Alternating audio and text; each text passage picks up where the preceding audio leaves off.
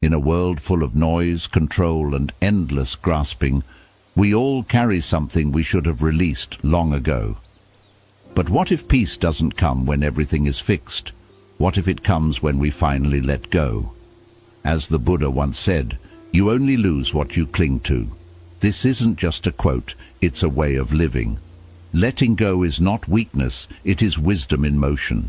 It's not about giving up, but about releasing what no longer serves us. Today, take a deep breath, slow down, tune in, because the moment you let go is the moment you come home to your peace, your clarity, your true self. Let go and let peace begin. 1. Let go of control, because control is an illusion. Many of us live with the deep belief that if we can just control everything around us, our relationships, our future, how others perceive us, then we will finally feel safe, respected, and at peace. We plan obsessively, try to fix people, stress over outcomes, and hold tightly to routines. But no matter how hard we try, life refuses to obey our script. In Buddhism, there is a core teaching called anicca, impermanence. It means that everything in life is constantly changing. People grow and change, circumstances shift, emotions come and go, seasons, relationships, even our own beliefs evolve. Nothing stays the same. So when we try to control what is naturally meant to change, we create suffering. We experience two levels of pain. First, the fear and anxiety of constantly trying to keep things in place, and second, the heartbreak and disappointment when things fall apart anyway, because they will. Letting go of control doesn't mean you stop caring. It doesn't mean you stop making plans or being responsible. It simply means you stop clinging. You stop believing that peace can only come when life bends to your will. Instead of resisting the flow of life, you begin to flow with it. Like water in a river, you move with grace, with awareness, without force. You learn to adapt rather than grip. You find strength not in tightness, but in your ability to stay calm through uncertainty. True strength is not about forcing outcomes. It is about trusting the present moment. It is about meeting life as it is, not how you wish it to be. The moment you stop trying to control everything is the moment you discover a deeper kind of power, the power of peace, acceptance, and clarity. Letting go is not failure, it's wisdom. It's the soft courage to release what's outside your control and focus on what you can truly influence, your own thoughts, reactions, and choices. In that shift, real peace begins. 3. Let go of attachment, because what you own owns you. Attachment is one of the greatest sources of human suffering. We attach ourselves to people, outcomes, identities, and possessions. We believe that holding tightly to these things will bring us happiness, security, or a sense of purpose. But in truth, attachment is a trap disguised as comfort. In Buddhism, attachment is called tanha, craving or clinging. It arises when we try to hold on to things that are, by nature, impermanent. A relationship, no matter how loving, will change. A job, no matter how secure, may end. Even our bodies, status, and abilities will eventually shift. The more tightly we grip, the more pain we feel when things inevitably change. We begin to fear loss, resist growth, and feel anxious about the future. This creates suffering, not because things are changing, but because we expected them to stay the same. Letting go of attachment does not mean we stop caring. It means we begin to care differently, with openness, not possession. We learn to love without needing to own, to enjoy without needing to cling, to give without expecting anything in return.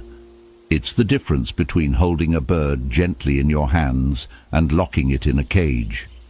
When you allow life, people, and experiences to be free, you give them space to breathe and yourself space to find peace. Attachment is often based in fear, the fear of being alone, of not being enough, of losing what we think gives us value. But when we examine these fears, we realize that our peace cannot come from anything outside us. It must come from within. The Buddha taught that freedom begins when we stop tying our happiness to things we cannot control, when we stop saying, "I need this to be okay," and start saying, "I am okay, no matter what comes or goes," because in truth, what you own, if you cling too tightly, ends up owning you. You become a prisoner of your desires, expectations, and fears. But the one who lets go becomes free, free to love without fear, free to walk through life with an open heart and a steady mind, free to experience deep, lasting peace, not because of what they have, but because of what they've released. Let go, and you'll realize you were never missing anything. You were just holding on too tightly to what you were meant to set free.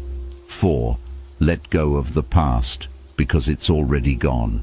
The past can be a quiet prison. We carry memories like heavy stones, regrets over what we did, shame over what we failed to do, sadness over what we lost. Our minds often replay these old moments, hoping to find closure or to rewrite the ending. But no matter how many times we revisit the past, we can't change it. What's done is done. In Buddhism, one of the most powerful teachings is mindfulness. Living in the present moment with full awareness and acceptance. That's because the present is the only moment that's truly alive. The past is a memory. The future is a dream. The only place we can breathe, act, and find peace is now. But when we cling to the past, we become blind to the beauty of the present.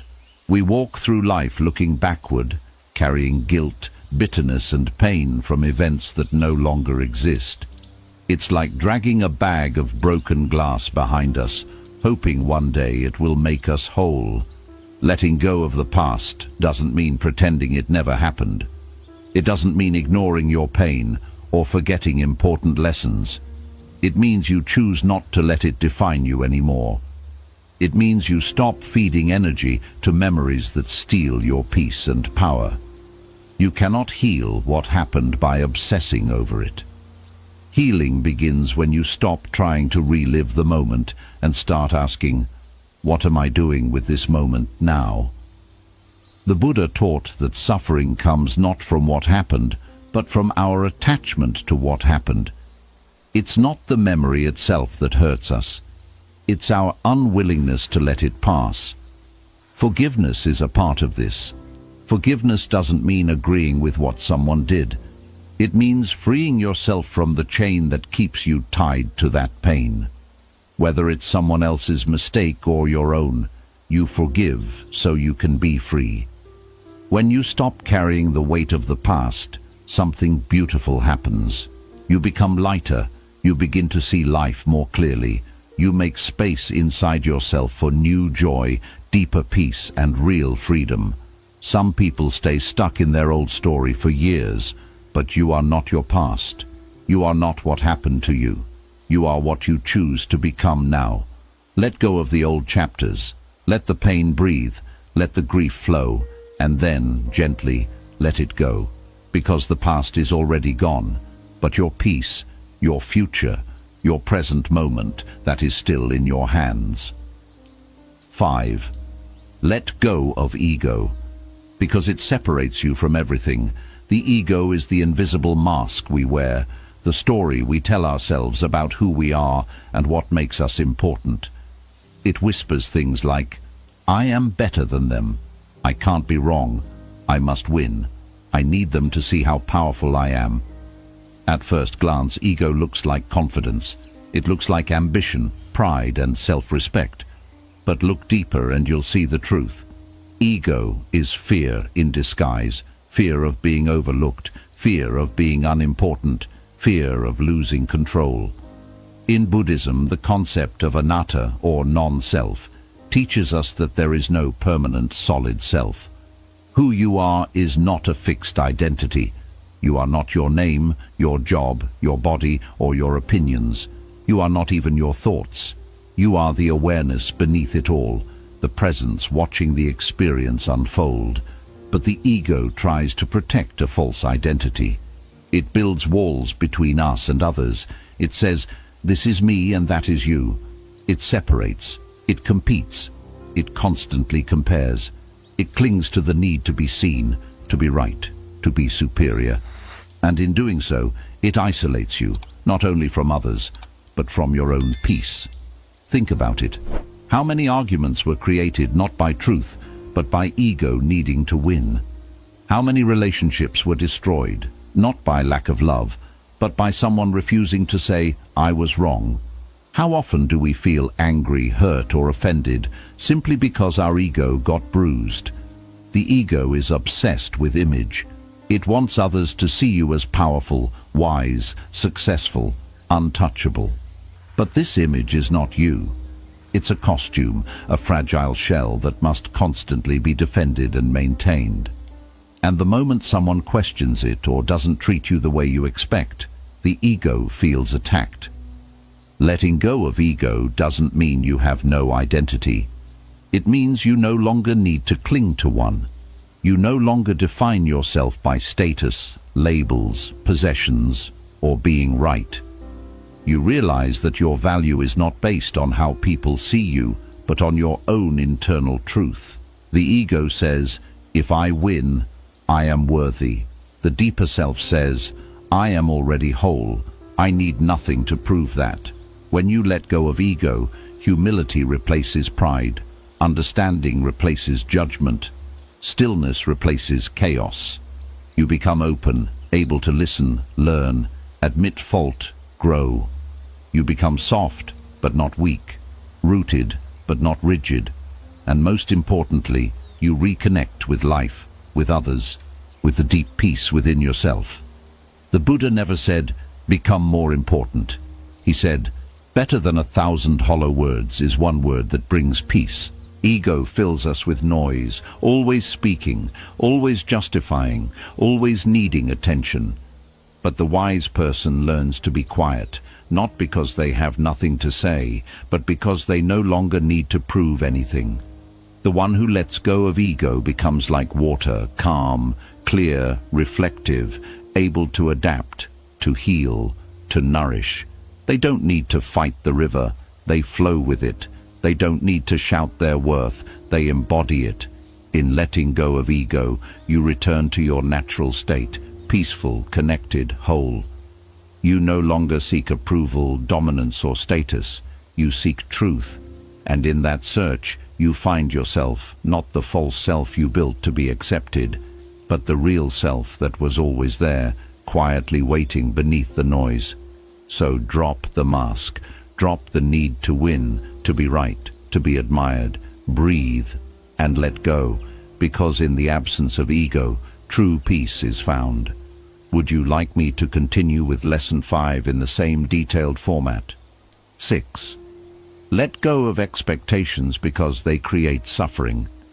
Expectations are the invisible chains we place on life. They are silent agreements we make with the world, most of the time without telling anyone. We expect people to behave a certain way. We expect events to unfold according to our plans. We expect our kindness to be returned, our efforts to be appreciated, and our love to be reciprocated. But when these expectations go unmet, and they often do, we feel betrayed, frustrated, even heartbroken.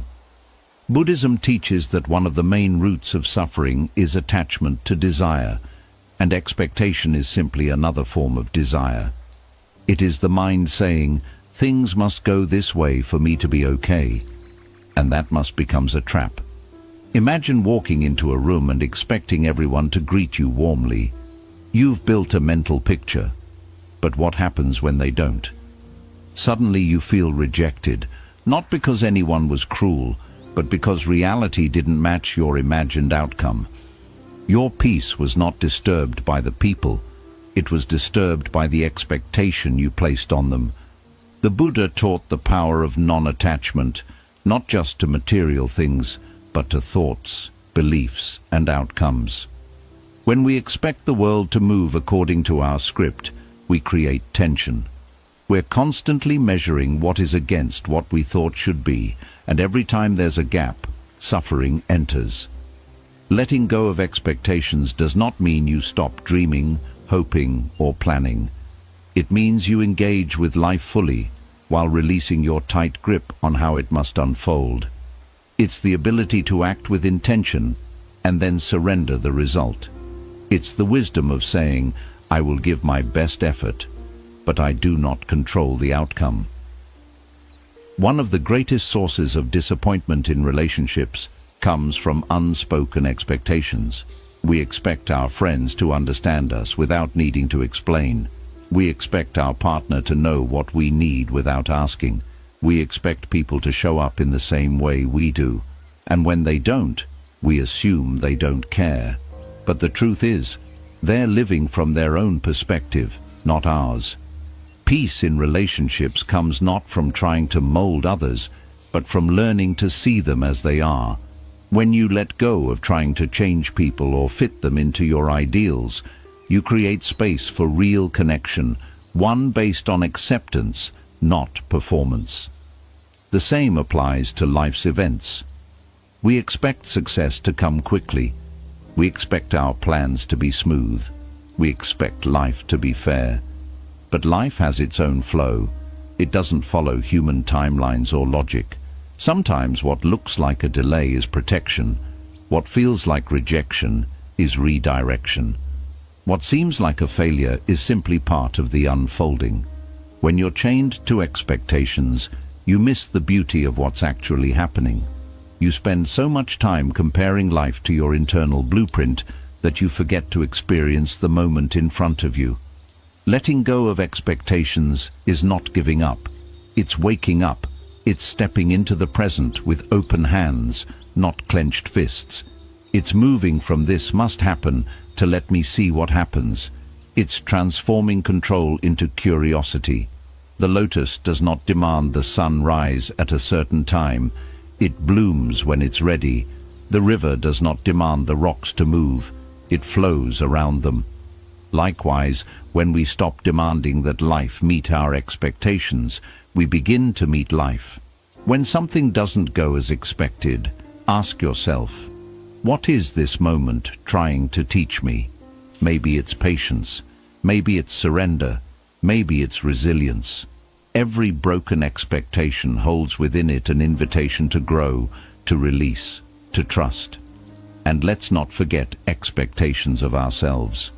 We often carry unrealistic standards. I must always be strong. I should be further along. I can't fail. These self-imposed rules become heavy burdens. Letting go of them means honoring your humanity. It means allowing yourself to rest, to make mistakes, to evolve at your own pace. The Buddha said, "You can only lose what you cling to." When you let go of expectations, you lose nothing essential.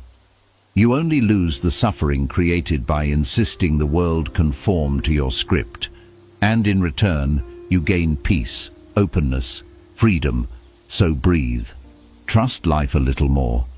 Let go of how it should be, and make space to appreciate how it is. Because often the peace we seek isn't found in getting everything we expected. It's found in learning to love what we didn't expect at all. 7. Let go of the need to be understood, because truth needs no defense. One of the quiet struggles that most people experience but rarely talk about is the deep desire to be understood, to be seen for who we truly are, to have our intentions recognized, to be heard without being judged.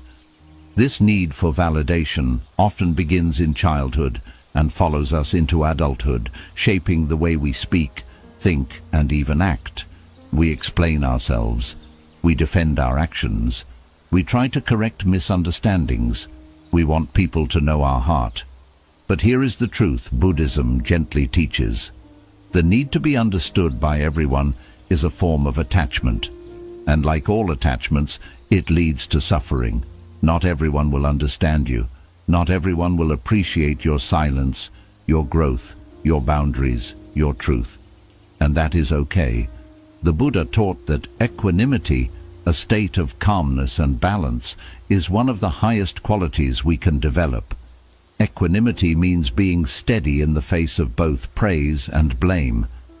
It means your inner peace doesn't rise or fall based on how others see you. You begin to live not from reaction, but from clarity.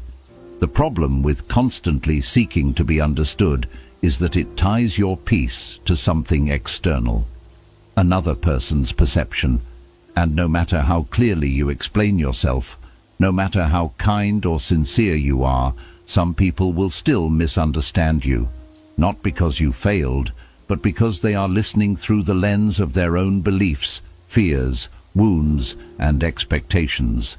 Trying to force someone to see your heart is like yelling into a storm, hoping it will stop raining. It drains your energy and leaves you frustrated. The truth is, not everyone is meant to understand your path because they haven't walked it. Not everyone can feel your depth because they haven't lived your pain. And not everyone can hold your vision because they haven't seen what you've seen. Letting go of the need to be understood is not about becoming cold or disconnected. It's about freeing yourself from the emotional trap of over-explaining, over-defending, and overthinking. It's about honoring your truth so deeply that you no longer need others to confirm it. You start to realize, my truth doesn't need to be broadcast. It just needs to be lived. My peace doesn't come from their agreement. It comes from my own alignment. My worth is not dependent on being seen. It is inherent. This kind of quiet self-trust is powerful. It's the strength of a monk who walks alone but walks in peace. It's the calm of a person who knows their intentions are pure, even if others question them. It's the freedom of a soul that no longer needs approval to breathe freely. There's a beautiful Buddhist metaphor: be like the tree that stands still as the wind moves through it. The wind represents opinions, judgments, misunderstandings. The tree is your grounded self. It feels the wind, but it does not bend with every gust. It remains rooted in its truth. When someone misunderstands you, take a breath. Ask yourself, is it worth explaining, or is it better to be at peace? Sometimes silence is more powerful than any argument. Not because you're weak, but because you've matured beyond needing to convince. There will be moments in life when the most loving thing you can do for yourself is to stay quiet. Not out of avoidance, but out of wisdom. You've realized that defending yourself to someone who doesn't want to understand you is like planting seeds in barren soil. This applies in relationships, family, even work. Sometimes you'll be judged for choosing peace over drama. Sometimes you'll be labeled cold for setting boundaries. Sometimes your inner transformation will be met with suspicion rather than support. But if you know your heart is clean, let that be enough. The Buddha said silence is sometimes the best answer, because silence is not empty, it's full of understanding, power, and restraint. It's the response of someone who knows that truth stands firm, even when it's questioned. Over time, you'll notice something beautiful. The more you release the need to be understood, the more at ease you become. You start doing things not to impress, but because they feel right. You speak less, but your words carry more weight. You stop chasing approval and start attracting peace. Letting go of the need to be understood doesn't mean you isolate yourself. It means you finally come home to yourself. You no longer wait for others to reflect your worth back to you. You become your own mirror, and in that quiet space where explanation fades and truth remains, you find something priceless. Freedom. You'll still be misunderstood. You'll still be judged. But none of it will shake you, because when you've let go of needing to be understood, you've already found something better. Inner clarity that doesn't need to shout. There is a quiet struggle happening inside many of us, a battle between the way life is and the way we think it should be. This battle is called resistance. We resist our emotions. We resist the difficult moments. We resist what we can't control, can't predict, and can't understand. We carry around the idea that life must fit our plan. And when it doesn't, we push back. We fight reality with our thoughts, our complaints, our frustration. But in Buddhism, we are taught that suffering is not in the experience itself. It's in our resistance that suffering begins. Pain is a natural part of life, but suffering is a choice. The moment you think, this shouldn't be happening, you've stepped out of the present. You're no longer flowing with life, you're fighting it. And no one ever wins a battle against the present moment. Imagine a river flowing downstream. If you jump in and try to swim upstream, pushing against the current, you'll wear yourself out, struggle, and eventually get pulled under. But if you relax and float, trusting the flow, the water carries you with ease. Life is like that river, always moving, always changing. And your peace depends on your ability to flow with it, not control it. Resistance can take many forms. It shows up when you hold on to old pain and won't let go. It shows up when you're afraid of change, even though change is part of life. It shows up when you judge your emotions as wrong and try to push them away. It shows up when you deny what's happening because it feels uncomfortable. But here's the truth. The more you resist an emotion, the stronger it becomes. The more you avoid discomfort, the more it lingers. The harder you try to control life, the more out of control it feels. Buddhism teaches us the power of radical acceptance, meeting each moment just as it is, without judgment, without resistance. This doesn't mean giving up or ignoring injustice. It means no longer fighting what has already happened. It means starting from where you are, with open eyes and an open heart. If you're feeling angry, accept that the anger is there. If you're feeling sad, allow yourself to feel that sadness fully. If life feels messy, stop pretending it should be perfect or tidy. Acceptance isn't weakness, it's a sign of true strength. It takes real courage to face your feelings, to see things as they are, and to stop running from them. When you resist what's happening, you create stress. But when you accept it, you create space. You begin to say, this is happening, and I can face it with calm. This is hard, and I can breathe through it. This isn't what I wanted, but maybe it's what I need. Letting go of resistance doesn't mean you like everything that happens. It means you understand that fighting what is only adds to your suffering. Yelling at a storm doesn't make it stop. The storm passes when you stop wishing for sunshine and instead take shelter in your awareness. The Buddha said, just as a solid rock is not shaken by the wind, so the wise are not moved by praise or blame. That kind of calm strength comes from surrender, not giving up, but giving in to the truth of what is. It means letting go of the inner battle, the voice that says, this shouldn't be, and replacing it with, this is. When you stop resisting, you come back to your breath, your body, and the quiet beneath the noise. You stop expecting life to be fair, and instead you begin to treat every moment as a lesson, because it is. That heartbreak, it's teaching you to be gentle. That failure, it's teaching you humility. That silence, it's teaching you how to listen. Every challenge carries a lesson, but you can't receive the lesson if you're too busy resisting it. Surrender doesn't mean giving up. It means fully showing up. It means being awake and aware in your own experience. It's choosing to respond with care instead of reacting out of fear. It's choosing growth over holding on, peace over control. Think for a moment, how much energy have you spent resisting life, resisting change, endings, uncertainty, or the pressure to be perfect? Now imagine using that same energy to pause, to breathe, to soften your grip. What if, instead of asking, why is this happening to me, you asked, what is this moment asking me to let go of? Letting go of resistance is like loosening a tight knot in your chest. The moment you stop pulling, the knot begins to loosen. You feel lighter, not because the outside world changed, but because you did. The mind wants to be in control. The ego wants comfort. But the soul wants truth. And truth only comes when you create room for it to enter. Every time you resist, you're saying, I know better than life.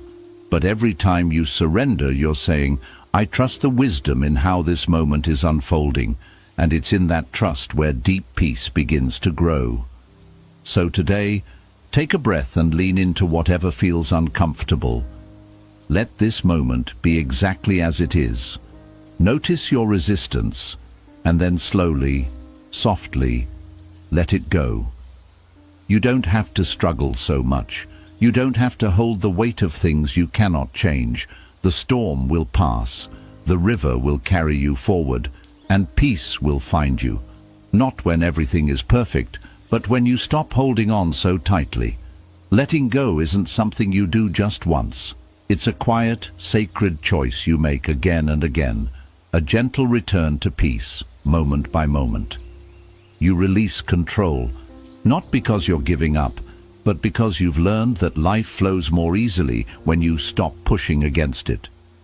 You release attachment, not because you don't care, but because love is about freedom, not ownership. You release the past, not to erase it, but to free yourself from what no longer serves you. You release ego, not to lose who you are, but to reconnect with the deeper truth of who you've always been. You release expectations, not to settle for less, but to open your eyes to what's really here, right now. And you release the need to be understood, not to cut yourself off, but because you've learned to trust your truth quietly, without needing approval. You let go of resistance, not because you're giving up, but so you can finally breathe and allow peace to meet you where it's always been, here, now, within. The world might still try to pull you back into chaos, but remember, you were never meant to control the wind. You were meant to learn how to be still, how to let go, and how to trust that the sky will clear on its own. Letting go isn't the end. It's the beginning of clarity, of kindness, and of a peace that nothing can shake. So wherever you are right now, and whatever you're still holding on to, take a slow, deep breath and ask yourself with honesty, is it time to let this go?